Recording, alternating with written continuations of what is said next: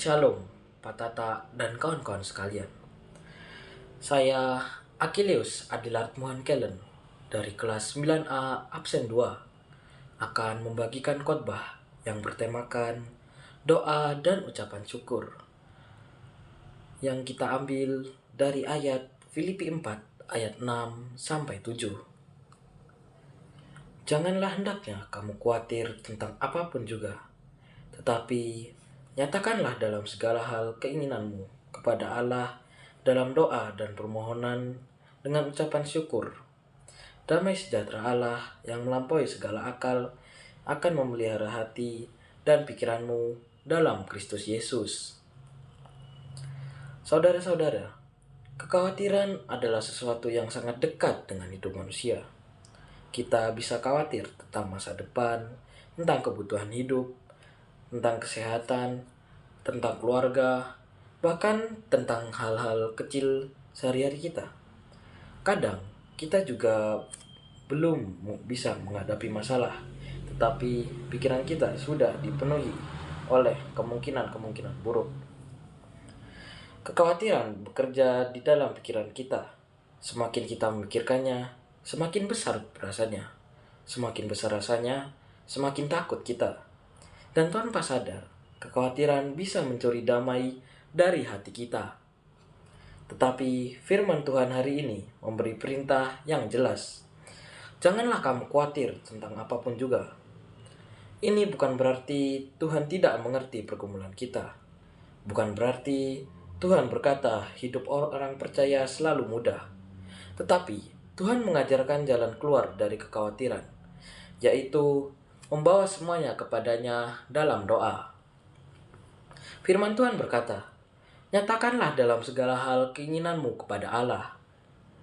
Dalam segala hal artinya semua hal, maupun masalah besar maupun masalah kecil. Hal yang menurut kita penting maupun hal yang kita anggap sepele. Tuhan peduli pada semuanya. Tuhan ingin kita datang kepadanya, bukan hanya soal krisis, tetapi dalam setiap bagian hidup kita.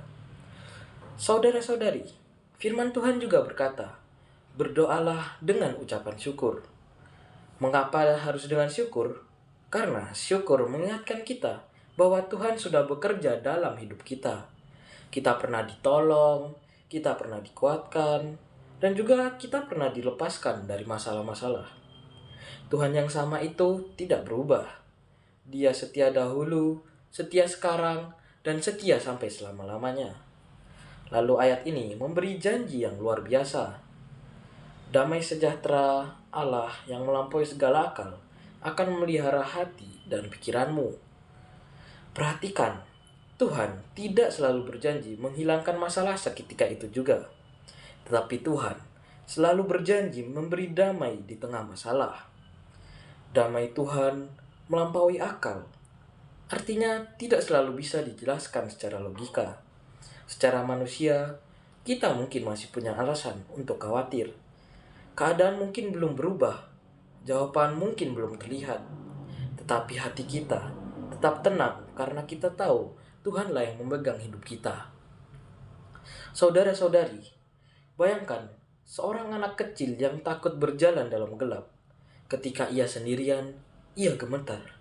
Tetapi saat ayahnya datang dan memegang tangannya, gelapnya tidak langsung hilang.